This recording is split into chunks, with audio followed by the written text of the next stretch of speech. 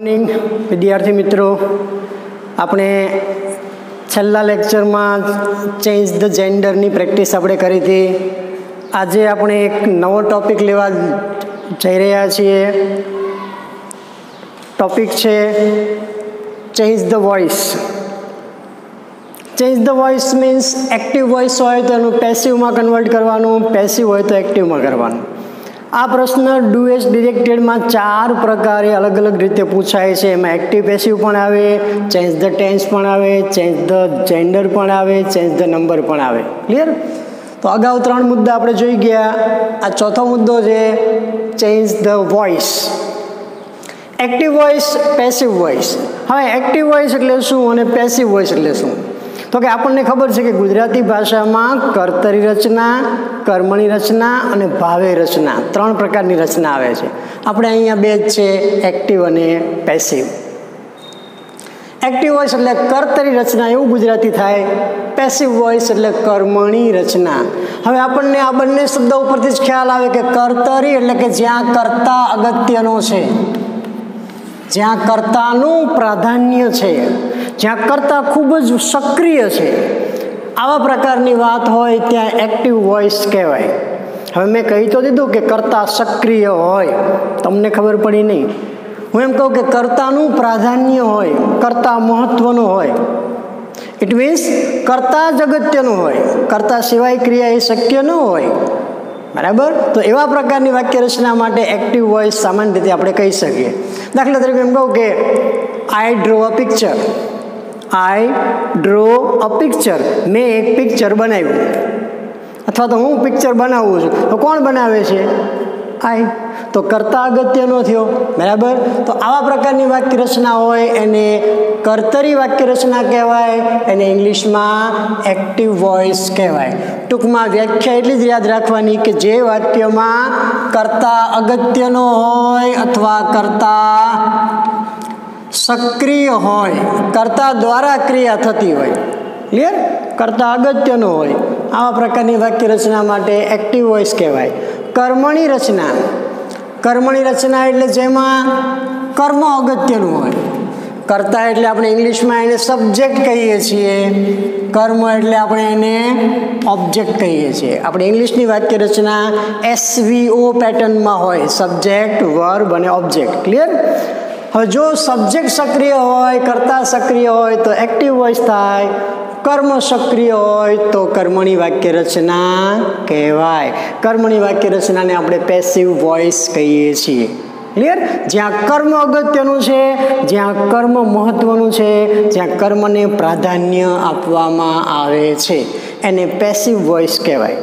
ફરીથી બંને વાક્ય રચના આપું છું, બંનેની તમને સમજાવું છું ફરીથી. કર્તરી વાક્ય રચના એટલે કે એક્ટિવ વોઇસ, એની વ્યાખ્યા તો કે જે વાક્ય રચનામાં કર્તા અગત્યનો હોય અથવા તો કર્તા સક્રિય હોય તેને એક્ટિવ વોઇસ કહેવાય. જે વાક્યમાં કર્મ અગત્યનો હોય તેને પેસિવ વોઇસ કહેવાય. કર્તા મીન્સ સબ્જેક્ટ, કર્મ મીન્સ ઓબ્જેક્ટ. ક્લિયર? અહીં સુધીની વાત ક્લિયર? હવે આ એક્ટિવ વોઇસ અને પેસિવ વોઇસનો ઉપયોગ ક્યાં થાય? આપણે એક્ટિવ વોઇસ, પેસિવ વોઇસની માત્ર વ્યાખ્યા લીધી, ત્યારબાદ આપણે તેનો ઉપયોગ જોઈ લઈએ. કઈ કઈ જગ્યાએ આ પ્રકારની વાક્ય રચના વપરાય. હવે એક્ટિવ અને પેસિવ વાક્ય રચના એટલે તમારા મનમાં કોન્સેપ્ટ ક્લિયર થઈ ગયો. હું એમ કહું કે એક્ટિવ વોઇસ એટલે તો કે જેમાં કર્તા સક્રિય હોય. પેસિવ વોઇસ એટલે તો કે જેમાં કર્મ સક્રિય હોય. ક્લિયર? કર્મ અગત્યનું હોય. હવે કર્તા કોને કહેવાય, કર્મ કોને કહેવાય? આપણને ખબર છે, સબ્જેક્ટ ક્રિયાનો કરનાર એને કર્તા કહેવાય. અને કર્તા જે કામ કરે છે, કર્તા શું કરે છે એ જે દર્શાવે છે એને આપણે ઓબ્જેક્ટ કહીએ છીએ. બરાબર? મોટે ભાગે હુંથી પ્રશ્ન પૂછો વાક્યમાં એટલે કર્તા મળે, વોટથી પ્રશ્ન પૂછો એટલે કર્મ મળે.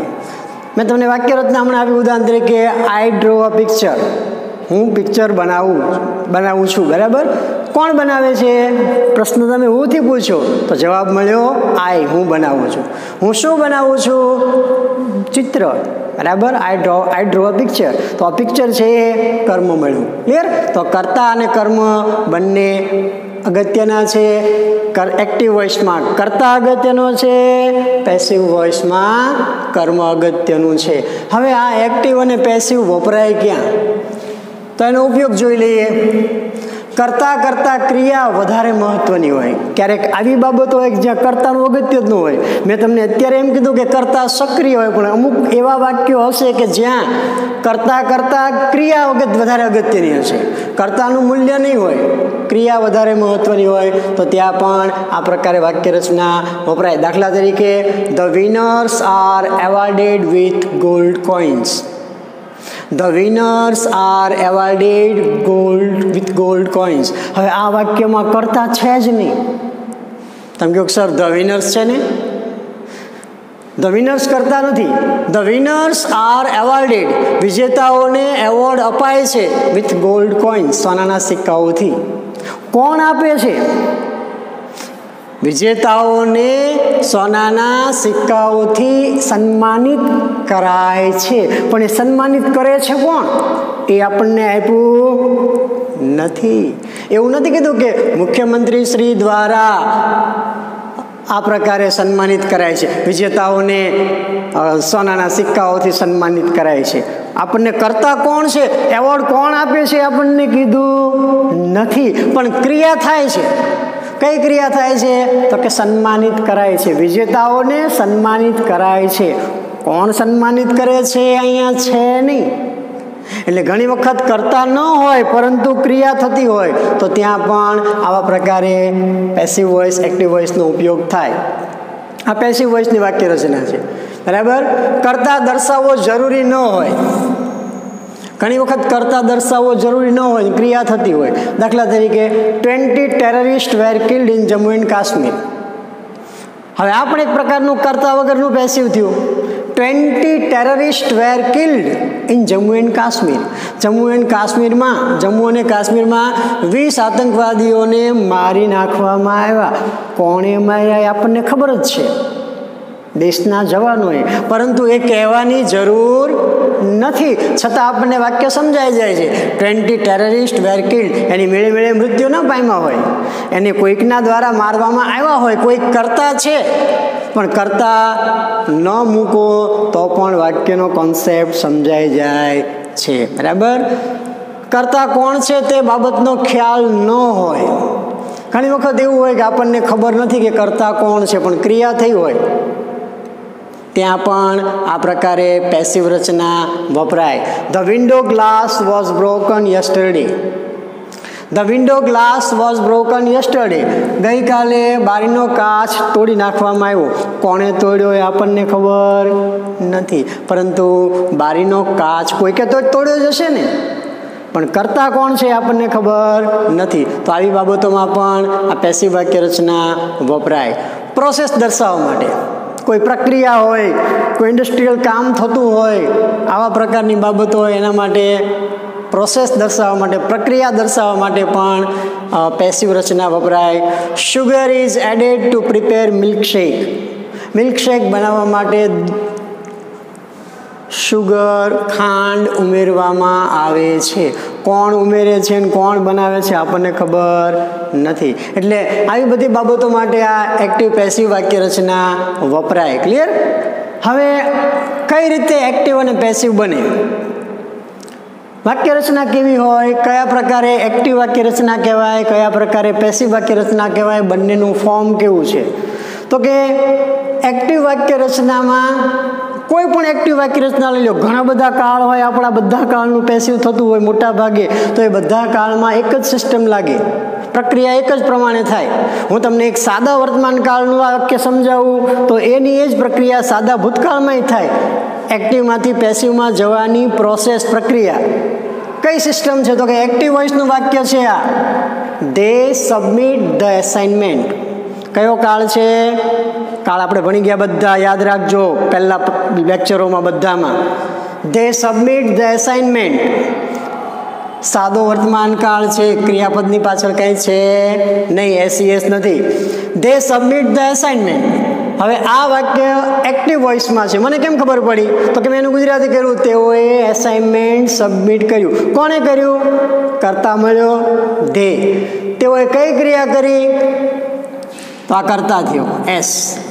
કઈ ક્રિયા કરી? તો કે સબમિટ કરવાની. એ ક્રિયા છે, જે ક્રિયા દર્શાવે. સબમિટ કર્યું તો એ વર્બ થયું. તેઓએ સબમિટ કર્યું. શું સબમિટ કર્યું? પ્રશ્ન મેં વોટથી પૂછો. Vote do they submit? They submit the assignment. જવાબ મળે. તો વોટથી પ્રશ્ન પૂછો એટલે હંમેશા કર્મ મળે. ફરીથી ખબર ન પડી, ફરીથી આપેલું કોઈ પણ વાક્ય હોય એ વાક્ય એક્ટિવ છે કે પેસિવ એ કઈ રીતે ખબર પડે? તો કે વાક્યમાં કર્તા જો આગળ આપ્યો હોય તો એ એક્ટિવ વોઇસ હોય, ત્યારબાદ ક્રિયાપદ, ત્યારબાદ કર્મ. SVO પેટર્નમાં હોય તો એ મોટે ભાગે એક્ટિવ વોઇસની વાક્ય રચના હોય. હવે આ તો સામાન્ય સૂચના થઈ. વાક્યમાં તમે હુંથી પ્રશ્ન પૂછો, કંઈ જ ખબર ન પડે તો વાક્યમાં હુંથી પ્રશ્ન પૂછો. દે સબમિટ ધ એસાઇનમેન્ટ. હું એટલે કોણ? કોણે એસાઇનમેન્ટ સબમિટ કર્યું? તો તમને તરત જ જવાબ મળશે કે તેઓએ. કોણે? તેઓએ, ધે. તો અહીંયા કરતા શું મળ્યું? હુંથી પ્રશ્ન પૂછ્યો તો હુંથી પ્રશ્ન પૂછો એટલે વાક્યમાં કરતા મળે. હું submit the assignment. They submit the assignment. Clear? વોટથી પ્રશ્ન પૂછો એટલે કર્મ મળે. બરાબર? What do they submit? What do they submit? They submit. જવાબ શું મળ્યો? The assignment. વોટથી પ્રશ્ન પૂછો ત્યારે કર્મ મળે, હુંથી પ્રશ્ન પૂછો ત્યારે કર્તા મળે. એટલે આપણને ખબર પડી ગઈ કે આ એસ, વી અને ઓ ત્રણેય આપણે આવી ગયા છે. પેસિવ રચના માટે SVO ત્રણેય જરૂરી છે. સબ્જેક્ટ, વર્બ અને ઓબ્જેક્ટ. ક્લિયર? હવે આનું આપણે એક્ટિવ વોઇસ તો છે જ, આપણને ખ્યાલ આવી ગયો. હવે આપણે એને પેસિવમાં કન્વર્ટ કરવું છે. હવે પેસિવમાં કન્વર્ટ કરો ત્યારે એક મહત્વનું કોણ થયું? કર્મ. એક્ટિવમાં મહત્વનું કોણ થયું? કર્તા. બરાબર? હવે આપણે અહીંયા કર્તા મહત્વનો છે. આપણે જે પેસિવ વોઇસ કરીએ છીએ એમાં આપણે કર્મને મહત્વ આપવાનું છે. તો કર્મ કોણ છે?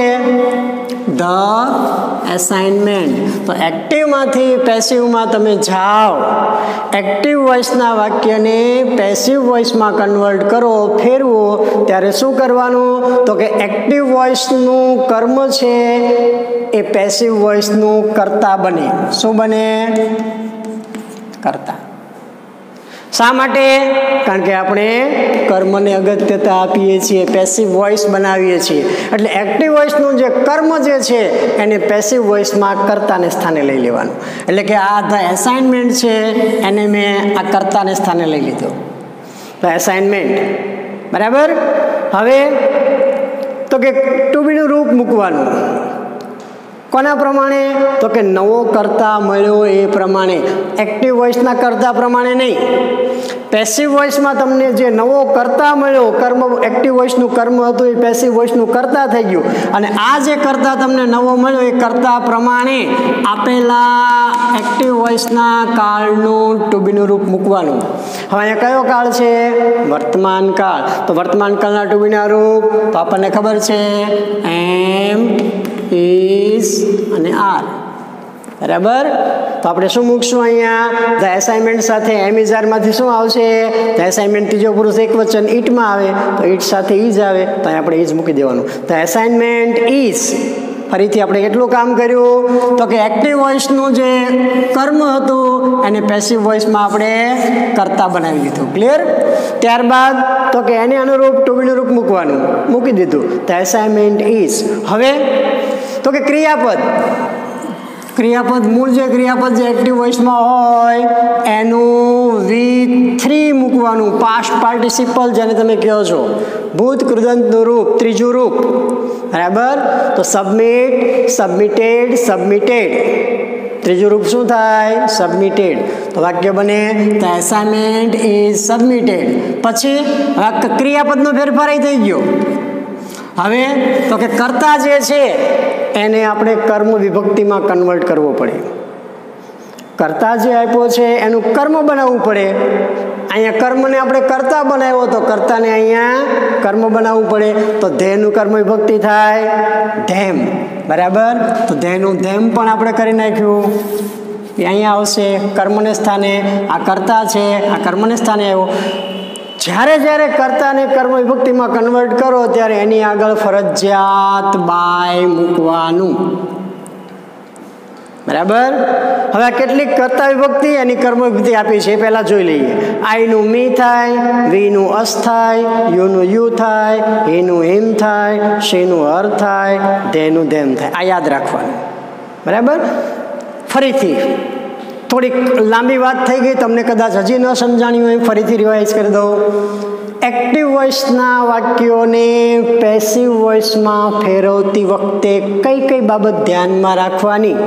તો કે એક્ટિવ વોઇસનો જે કર્તા હોય એને પેસિવ વોઇસમાં કર્મ તરીકે મૂકી દેવાનું, એની આગળ બાય લગાડવાનું, બાય પ્લસ કર્મ, બરાબર. એક્ટિવ વોઇસનો કર્મ હોય એને પેસિવ વોઇસમાં કર્તા તરીકે મૂકવાનું, બરાબર. ત્યારબાદ નવા કર્તા પ્રમાણે ટુ બીનું રૂપ મૂકવાનું અને એની સાથે V3 મૂકો એટલે તમારું પેસિવ વોઇસ થઈ જાય. આ યાદ રાખવા માટેના મેં ઇન શોર્ટ બહુ ટૂંકમાં તમને કીધું, 3 બાબત મેં આપી. જોજો હવે કઈ રીતે મેં એપ્લાય કર્યું. એક્ટિવ વોઇસનો કર્તા છે, પેસિવ વોઇસનું કર્મ બને. એક્ટિવ વોઇસનો કર્તા છે એને મેં પેસિવ વોઇસમાં કર્મ લગાડી દીધું, એની આગળ બાય મૂકી દીધું. ક્લિયર? આ ફેરફાર થઈ ગયો? હા. એક્ટિવ વોઇસનું કર્મ છે, પેસિવ વોઇસનું કર્તા બને. એક્ટિવ વોઇસનું કર્મ કયું છે?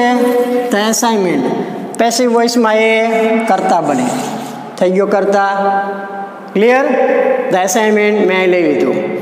નવા કર્તા પ્રમાણે ટુ બીનું રૂપ અને એનું મૂળ ક્રિયાપદનું V3 મૂકવાનું. હવે નવા કર્તા એસાઇનમેન્ટ કાળ કયો છે? વર્તમાન કાળ. એસાઇનમેન્ટ સાથે ઇઝ મુકાય, ટુ બીનું રૂપ, પાસ્ટ પાર્ટિસિપલ ક્રિયાપદનું સબમિટેડ. આખું વાક્ય થઈ ગયું. Assignment is submitted by them. આ બધા ફેરફાર મનમાં કરીને પછી આખું વાક્ય બનાવી નાખવાનું.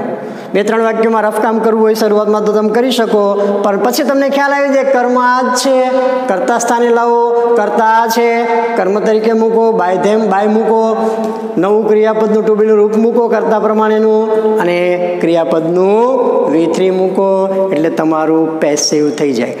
આ જ સિસ્ટમ દરેક કાળમાં હશે.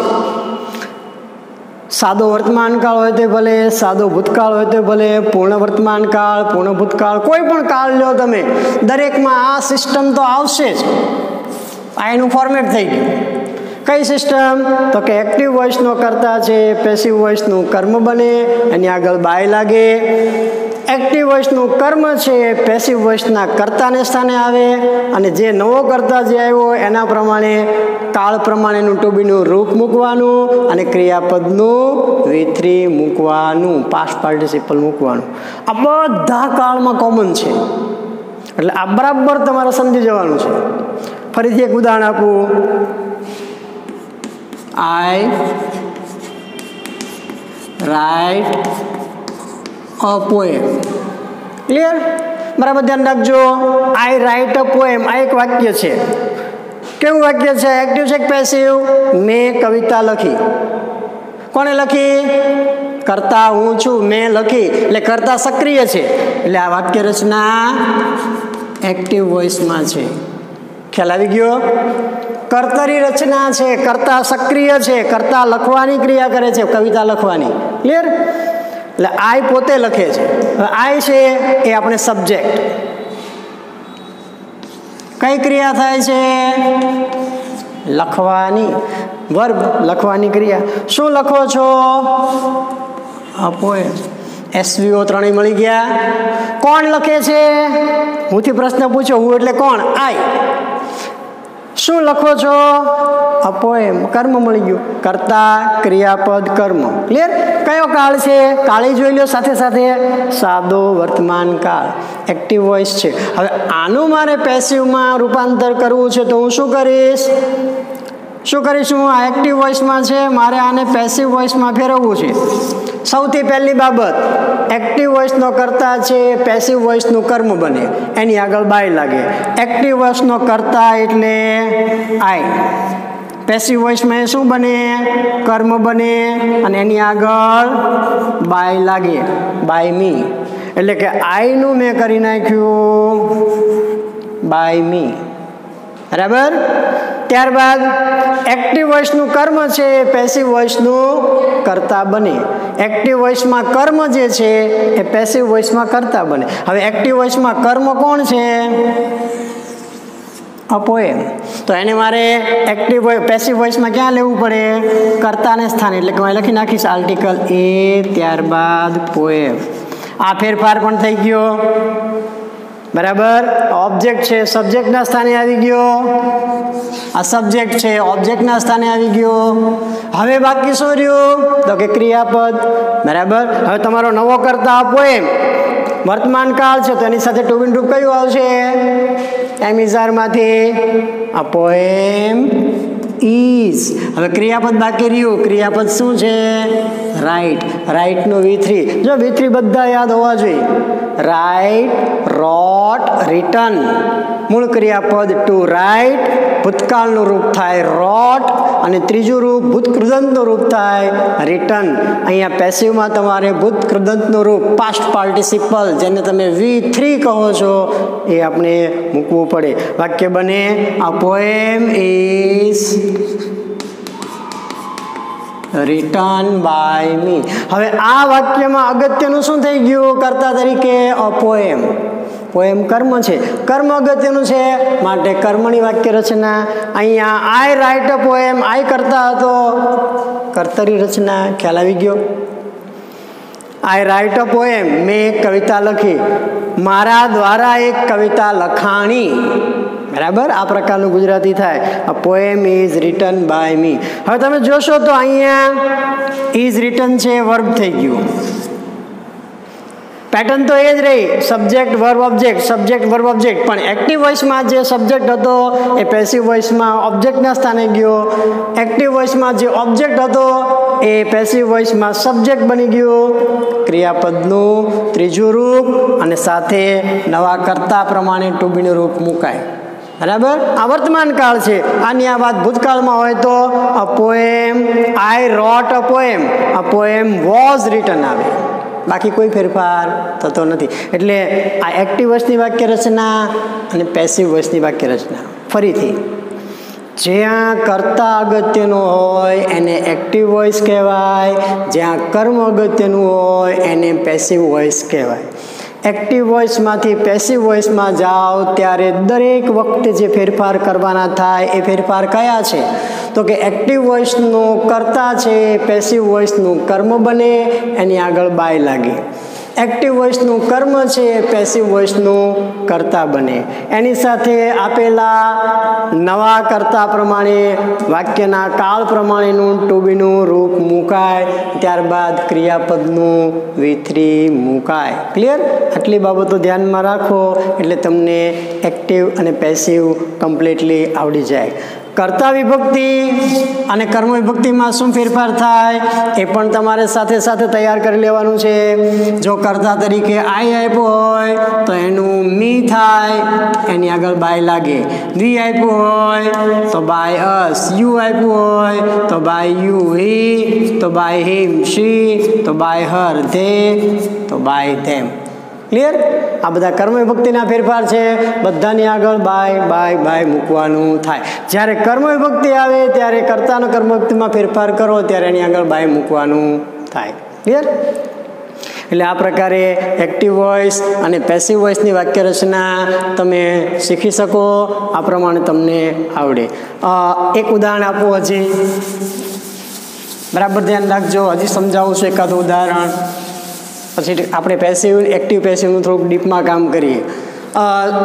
I play chess.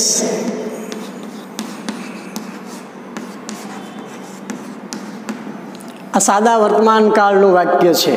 I play chess. બીજું એક વાક્ય આપું, રોહન પ્લેઝ ક્રિકેટ. આ પણ સાદા વર્તમાન કાળનું વાક્ય છે, બરાબર. હવે બંને વાક્યમાં એક્ટિવ છે કે પેસિવ? એક્ટિવ છે કે પેસિવ? તો કે બંને વાક્ય રચના એક્ટિવ વાક્ય રચના છે. બંનેમાં કર્તા સક્રિય છે. પહેલામાં જે ક્રિયા કરે છે કર્તા એ આઈ છે, બીજામાં ક્રિયા કરે છે રોહન છે. ક્લિયર? હવે આનું મારે પેસિવ કરવું છે. બંને કયા કાળના વાક્યો છે? સાદા વર્તમાન કાળના. હવે સાદો વર્તમાન કાળ આવ્યો એટલે ટુ બી નું રૂપ કયું આવે? તો કે એમ ઇઝ આર. નક્કી જ થઈ ગયું, ત્રણમાંથી કોઈ પણ એક આવે, બરાબર. હવે આપણે પેસિવ કરીએ, બરાબર ધ્યાન રાખજો. I play chess. સબ્જેક્ટ તરીકે કોણ છે? આઈ. વર્બ તરીકે પ્લે અને ઓબ્જેક્ટ તરીકે ચેસ, બરાબર. એસવીઓ પેટર્ન થઈ ગઈ? હા, થઈ ગઈ. હવે આ એક્ટિવ વોઇસમાં છે, એને મારે પેસિવ વોઇસમાં કન્વર્ટ કરવું છે. મારે સૌથી પહેલું કામ શું કરવાનું? તો કે એક્ટિવ વોઇસમાં જે કર્મ જે છે એને પેસિવ વોઇસમાં કર્તાને સ્થાને લઈ લ્યો. એટલે ચેસને હું સીધું અહીંયા લઈ લઈશ, બરાબર. ચેસ પહેલો ફેરફાર. ત્યારબાદ તો કે સબ્જેક્ટ છે એને ઓબ્જેક્ટને સ્થાને લઈ લ્યો. આઈ છે, આઈનું થશે, આઈનું થાય મી. આગળ મૂકી દેવાનું બાય, બાય મી, બરાબર. આ બે ફેરફાર થઈ ગયા, આ બે ફેરફાર થઈ ગયા. ચેસને મેં અહીંયા લીધો, આઈનું થઈ ગયું બાય મી. હવે બાકી કોણ રહ્યું? ક્રિયાપદ. કયો કાળ છે? સાદો વર્તમાન કાળ. નવો કર્તા કયો મળ્યો? ચેસ. તો ચેસ સાથે ટુ બી રૂપ કયું મૂકશું? એમ ઇઝ આર માંથી ચેસ ઇઝ. હવે બાકી રહ્યું ક્રિયાપદ. તો આ ક્રિયાપદ મૂળ ક્રિયાપદ છે, આનું V3. Play, played, played. તો V3 કયું થશે? Chess is played by me. હવે આ તમારું વાક્ય પેસિવ થઈ ગયું. Chess is played by me. કયો કયો ફેરફાર મેં કર્યો? તો કે ઓબ્જેક્ટને સબ્જેક્ટ બનાવ્યો, સબ્જેક્ટને ઓબ્જેક્ટ બનાવ્યો, યોગ્ય ક્રિયાપદ મૂક્યું, V3 મૂક્યું. ક્લિયર? જે આપણે નિયમો લખ્યા છે આ પ્રમાણે જ આપણે કામ કર્યું છે, બરાબર. પેસિવ થઈ ગયું. બીજું વાક્ય જોઈએ, રોહન પ્લેઝ ક્રિકેટ. આ પણ સાદા વર્તમાન કાળનું વાક્ય છે. કેમ ખબર પડી? કે મૂળ ક્રિયાપદ પ્લેની પાછળ એસ છે. હવે આને મારે પેસિવમાં કન્વર્ટ કરવું છે. કર્તા કોણ છે? આ એક્ટિવ વોઇસની વાક્ય રચના છે. એક્ટિવ વોઇસમાં કર્તા કોણ છે? રોહન. ક્રિયાપદ પ્લેઝ. શું રમે છે? ક્રિકેટ. શું રમે છે? શુંથી પ્રશ્ન પૂછો એટલે ઓબ્જેક્ટ મળે. રોહન રમે છે. શું રમે છે? ક્રિકેટ. કોણ રમે છે? રમવાની ક્રિયા કોણ કરે છે? રોહન. રોહન શું કરે છે? રમે છે. કઈ ક્રિયા કરે છે? રમવાની. તો ક્રિયા દર્શાવે ને ક્રિયાપદ કહેવાય. એસવીઓ મળી ગયા. હવે આને પેસિવમાં કન્વર્ટ કરવું હોય તો શું કરવાનું? નિયમ પ્રમાણે એક્ટિવ વોઇસના ઓબ્જેક્ટને પેસિવ વોઇસનો સબ્જેક્ટ બનાવવાનો. એટલે કે સૌથી પહેલાં મેં અહીંયા ક્રિકેટ લખી નાખ્યું, બરાબર. એક્ટિવ વોઇસના સબ્જેક્ટને પેસિવ વોઇસનો ઓબ્જેક્ટ બનાવવાનો. હવે રોહન છે તો બાય રોહન. રોહનની કર્મ વિભક્તિ નથી, કરતા રોહન પોતે જ છે. રોહનની જગ્યાએ કોઈ સર્વનામ નથી. સર્વનામ હોત તો એ પ્રમાણે આપણે વિભક્તિ મૂકત. રોહન પોતે જ છે તો બાય રોહન, બરાબર. બે ફેરફાર થઈ ગયા. ઓબ્જેક્ટ અહીં સબ્જેક્ટ બની ગયો, સબ્જેક્ટ છે ઓબ્જેક્ટ બની ગયો. હવે વાક્ય કયા કાળમાં છે? તો કે સાદા વર્તમાન કાળમાં. તો ક્રિયાપદનું રૂપ કયું મુકાય ક્રિકેટ સાથે? એમ ઇઝ આર માંથી ક્રિકેટ ઇઝ. હવે મૂળ ક્રિયાપદ પ્લે, બરાબર. પ્લેનું બીજું રૂપ થાય પ્લેડ, ભૂતકાળનું રૂપ. અને ભૂતકૃતનું રૂપ થાય પ્લેડ. Play, played, played. તો અહીં આપણે મૂકીશું cricket is played by Rohan. Very easy. કંઈ જ કરવાનું નથી. સબ્જેક્ટ છે એને ઓબ્જેક્ટ બનાવો, ઓબ્જેક્ટ છે એને સબ્જેક્ટ બનાવો, ટુ બીનું રૂપ મૂકો, ક્રિયાપદનું V3 મૂકો, તમારું પેસિવ પૂરું થઈ જાય. ક્લિયર? તો આ સાદા વર્તમાન કાળનું પેસિવ, સાદા વર્તમાન કાળના વિધાન વાક્યનું પેસિવ આપણે આ જોયું. હવે તમને આગળ કહું તો બરાબર ધ્યાન રાખજો. વિધાન વાક્યનું પેસિવ પણ બને એટલે કે હકાર વાક્યનું નકાર વાક્યનું પેસિવ નકાર બને, પ્રશ્નાર્થનું પણ પેસિવ બને અને એ પણ પ્રશ્નાર્થ જ બને. હકાર વાક્યનું પેસિવ હકાર બને, નકારનું પેસિવ નકાર બને અને પ્રશ્નાર્થનું પેસિવ પ્રશ્નાર્થ વાક્ય જ બને. પેસિવ વાક્ય રચના અને એક્ટિવ વાક્ય રચનાની ખબર પડી ગઈ. કયા પ્રકારે એક્ટિવ કહેવાય, કયા પ્રકારે પેસિવ કહેવાય. એક્ટિવમાંથી પેસિવમાં જઈએ તો કેવા ફેરફાર કરવાના એ ખ્યાલ આવી ગયો. કર્તા છે કર્મ, કર્મ છે કર્તા, ટુ બીનું રૂપ V3 મૂકી દેવાનું. ક્લિયર? એટલે એ વાક્ય રચના પેસિવમાં કન્વર્ટ થઈ ગઈ ગણાય. હવે આ તો આપણે વાત કરી બધી વિધાન વાક્યો માટેની, બરાબર. હવે આના વાક્યોને આપણે પ્રશ્નાર્થ અને નકારમાં કન્વર્ટ કરવા હોય તો શું કરવાનું? તો કે આપેલા વાક્યમાં જો પ્રશ્નાર્થ વાક્ય હોય તો એનું પેસિવ પ્રશ્નાર્થ થાય, નકાર હોય તો એનું પેસિવ નકાર જ થાય, એમાં ફેરફાર થતો નથી. દાખલા તરીકે એક વાક્ય આપું કે આઈ પ્લે ચેસ. આ સાદું વાક્ય છે, બરાબર. હવે આનું મારે નકાર કરવું છે. કયો કાળ છે? સાદો વર્તમાન કાળ. તો ડુ ડઝ આવે. I do not play chess. આ મેં ભણાવી દીધું છે અગાઉ, બરાબર. નકાર કઈ રીતે કરવું. હવે મારે આના વાક્યનું પ્રશ્નાર્થ કરવું છે તો પ્રશ્નાર્થ વાક્યમાં સહાયકારક ક્રિયાપદ વપરાય. Do I play chess. આ મૂળ વાક્ય હકાર વાક્ય હતું, આ એનું આપણે નકાર કર્યું, આ એનું આપણે પ્રશ્નાર્થ કર્યું. હવે તમે જુઓ તો ત્રણેયનું પેસિવ કરવું હોય તો કે હકારનું પેસિવ હકાર જ થાય. Subject verb object. ઓબ્જેક્ટને સબ્જેક્ટ બનાવો. Chess is played by me, બરાબર.